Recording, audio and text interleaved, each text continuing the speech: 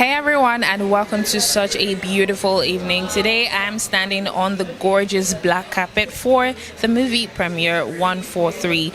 Now I'm wondering if 143 is a code for something, but we'll get to uncover that real soon.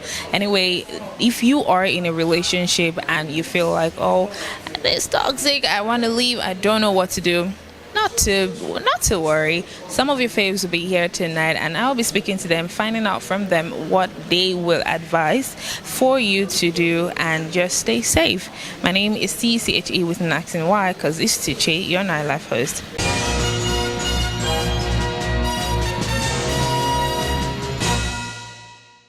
We are here for Diana Childs and the movie 143. How do you feel about that?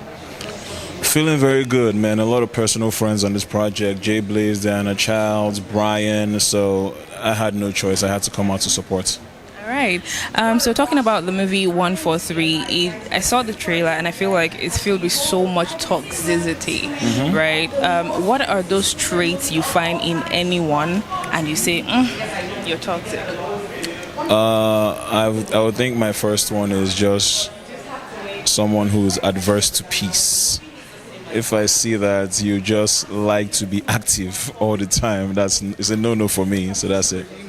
Yeah, I didn't say a word. I just said someone. So yeah. When you first heard this title 143, I mean, this is very unlike movies and the titles we get to see. 143. What came to mind?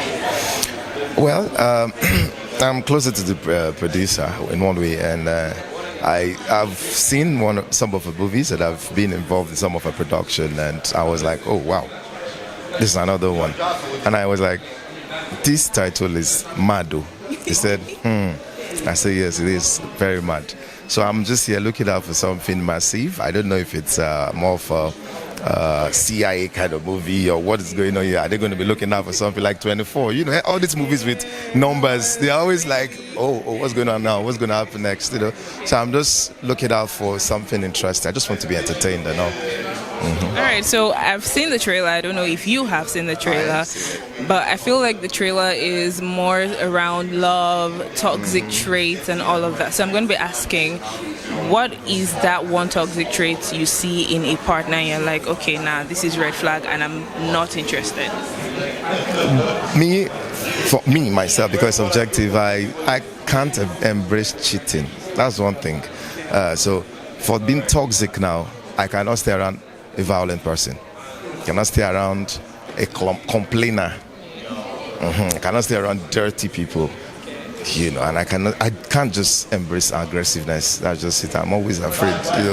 Don't mind my height too. I know what's not to. So that's toxicity for me. Aggressiveness and violence. I can't. So let's say someone is watching and he or she is currently going through, some phase with their partner and they feel like, oh, there's too much toxicity going on here. What would you advise? Me, I am a big fan of communication, but communication is not complete without comprehension. So I don't feel we are adults.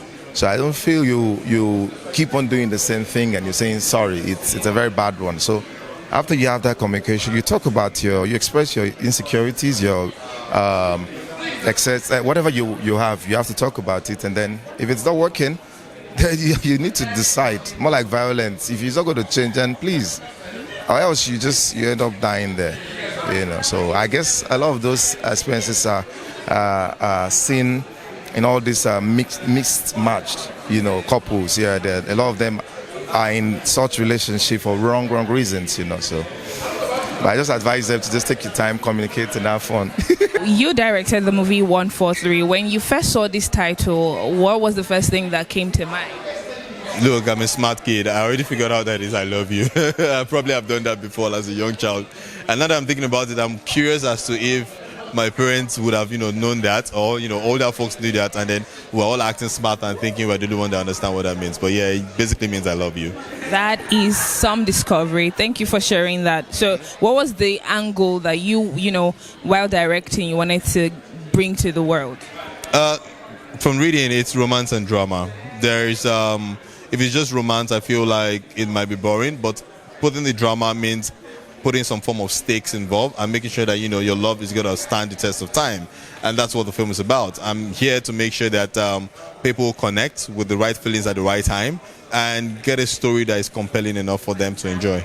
So why direct this movie 143? Why? Because I was called, I was paid, and I like the script. Jblaze is actually a straightforward guy if you know him. Yes. But working with, you know, your colleagues as the director for this project, what was that feeling like for you? I mean, they're all my friends. These are people that I've seen grown in the industry. I'm excited for their growth, and we're all together making this film. We just made this with love. That's the truth. So I saw this movie, the trailer, and I just feel like there's too much toxic, you know, traits and things happening. What is that one trait you see in a person or in a partner and you're like, oh no, this is too toxic for me? I don't know. You just gotta be disloyalty. You just gotta be loyal, yo. Be real, be loyal to me. Don't lie to me. Tell me what it is as it is.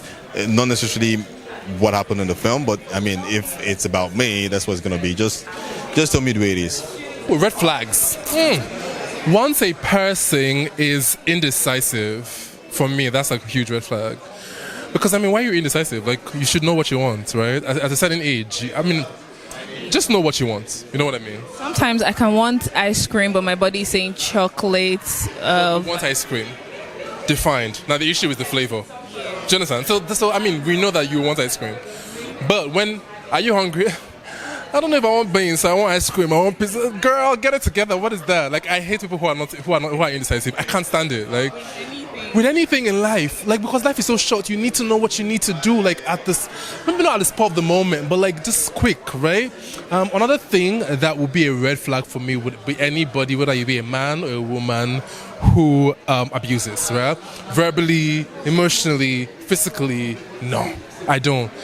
I can't. Even with my friends, you know, there's this thing that friends do where they call you like, idiot. You know my name. Okay. Let's not do that. I mean, I love you, but let's not make that a habit. Like, Alpha, you foolish. No, we're not doing that here. I'm sorry. You know, so I can't stand that as well. But like every other thing, I think I can manage. You know, but those ones, no, I can't. So for anyone who is going through some phase and, you know, they're just in that toxic situation, they can't get out, what would you tell them? I would tell them to get out. Because I don't understand why you can't get out. I mean, I have asked this question 1,000,001 times. Also coming from a family where my mother went through abuse as well. I mean, we're older now, right? And we're having conversation. I'm asking her, why were you not able to leave? And the common response will be, because of my children. But look at us, you know? I mean, I feel like at a certain age, your kids will understand why you had to. Maybe when they're growing up in their teenagers, they might not get it.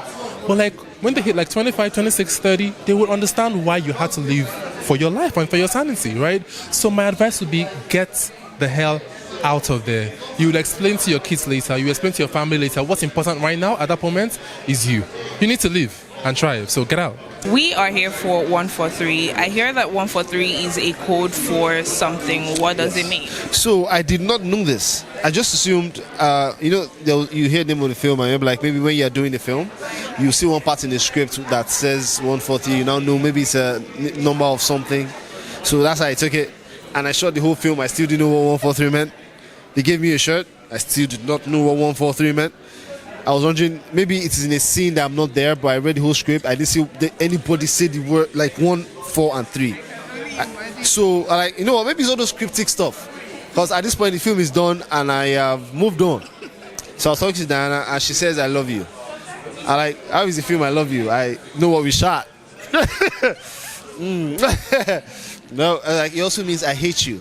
You see, now you are more, oh, and then you hear me like, oh, it's both. And they're like, oh. She's like, you didn't know? Like, I knew.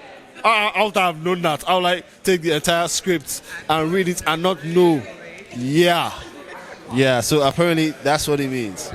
Okay, there you have it, guys. So you played a role, a character that I don't think was demure. Want to share, you know, a bit about who he was and why he was like that? The way when I read the script and I tried to, because at first the excuse would be to make excuses for his behavior. And yes, that might work. But lucky for me, I I learned to sort of see things from a perspective that is not yours. I noticed this is something I tend to be pretty good at. So I decided to try and see things from his own perspective, not just play devil's advocate, but to not even bring the devil into the conversation at all, be his advocate, just understand the world from his perspective. And the more I thought along those lines, I finally understood that it's because he sees himself as the major character in everybody's story. That's just it. Everyone else in this world is like an NPC. You're not that important when it comes to something that he has to get done, because he's the major guy. He's the actor. He's the one that you have to work with to move forward. So if you are not playing according to his rules, you are doing something wrong. It's not him that has done anything wrong. You are not playing according to his own set rules. Whether you are aware or not, that's not the conversation.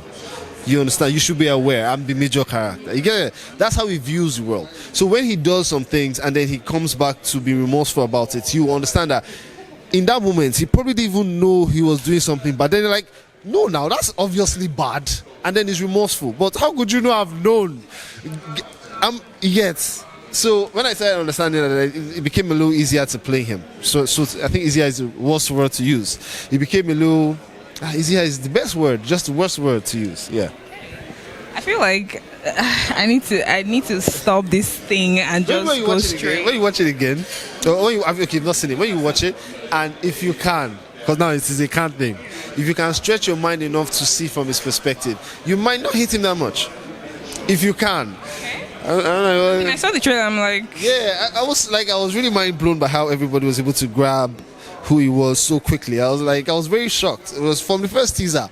The comments are like, he just said it one sentence. How did you? And they were like, Jblaze, beautiful directing, beautiful shots.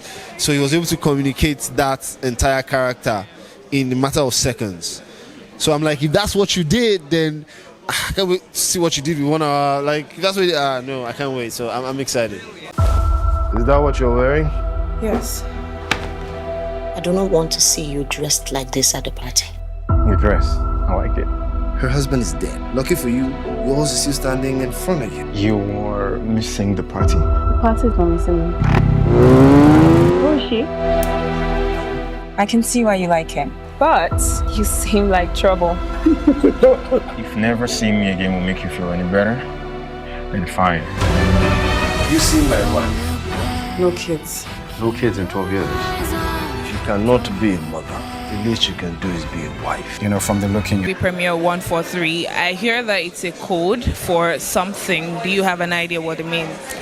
Well, I think the 1 is love at first sight. I think the 4 is talking about betrayal. I might be wrong. I don't know what the 3 stands for. But the trick is you can only know when you've watched the film. And if I have to give everything out, then people will know what it is. I'm not going to say everything. I get it. Not letting the cat out of the bag. It's fine. So have you seen the trailer for the movie? Yeah, I've seen the trailer. What was the first things that came to mind? Not a single word of disappointment. See, I have known Diana for more than 5 years, and I've watched all of Diana's work. And for me to watch that, this is the first time that Diana has got feature-length film, and it's a big risk she's taking. And I watched it, and I said, wow, I cannot wait to actually see what this is about. And I hope that I keep that momentum till the end of this film. When I come out, I'll keep saying, wow, she did that. Wow. Yeah. Our fingers are crossed with whatever she has done with 143 tonight. So from the trailer, I will tell that the movie is, around toxic people. What are red flags for you? People are going to hate me for this line. I'm going to say it. Poverty is a red flag for me. Please, if you're poor, don't come near me. Life is short. Yeah, but I think for me in a relationship, red flag is when someone can't be honest. I think, it's a very tricky thing because we all want people to be honest with us. But the bigger question is when somebody is honest to us, are we ready to take that honesty, embrace it, and know that this is this person's journey and be able to forgive them? I know it's about striking that balance, but if somebody cannot trust me enough to know that I love them enough to be able to understand and forgive them for whatever they've done, then I don't think that love is worth the risk. When you were editing, why did you choose the color grading for this particular movie? It's all about mood. It's all about being intentional with your colors when you're telling stories. You get so when we doing what was it called? When we're telling a story that's it's kind of sad, you will see a little bit of the color won't look as brilliant or vibrant as a romantic. But when you see them in their romantic mood, you know that it's poppy. So it was really designed the color around their mood in this film. Yeah. So, talk to us about the work process for you while editing. What was the challenges that you faced? I would say I never really faced any challenge because I've done a lot of movies. But working on 143 was so emotional for me because as an editor, you are inside this movie. So you understand the actor, you understand the our star Chris. You understand the roller coaster of emotion she passed through in that marriage in itself. So when you are seeing all this thing happening and Baaj being the bad guy, Jesus Christ, you could invest for him. You'll just be angry like, what the fuck is wrong with this guy? Sorry for my F word, but that's just, you'll be triggered. But like I said, I've worked on so many projects. So 143 is just another one. And this one is way brilliant. Everybody brought in their A game. Trust me. What should we be expecting?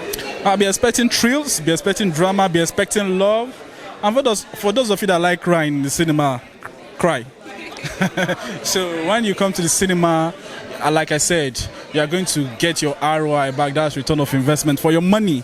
So when you come out, you're going to come out smiling. You tell yourself, what did you say that yes, I've watched a good movie, and that's 143. If you find yourself in, a relationship, what are those red flags you'll be looking out for?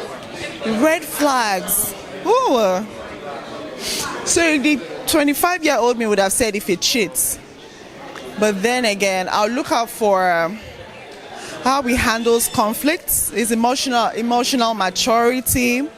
I'll look out for financial stability. Yes. Red flags, you say, not the things that I want in a relationship. Okay. So I'll look out for how he resolves conflict. Yes, because that's something to look out for. Someone who has a problem with everyone but themselves. Yeah. So there are a lot of people who see what is wrong with person A and person B. Meanwhile, you are human, forgetting that they are human too. You should cut people some slack. So basically, that's it, really. I look out for narcissistic vibes. Yes, the people who are narcissists, how do they treat the people around them? Are they nasty to them? Are they nice to them? The way a man treats someone that he doesn't need anything from, or someone that he can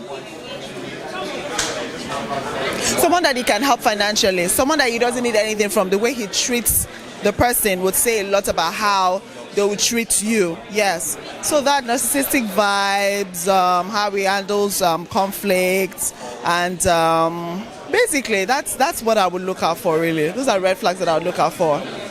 For anyone who is seeing this right now and they're, in relationships where it's filled with so much toxic traits, what would you tell them? So I'd say to them to try to do therapy with them. If they don't want to do therapy, just get out.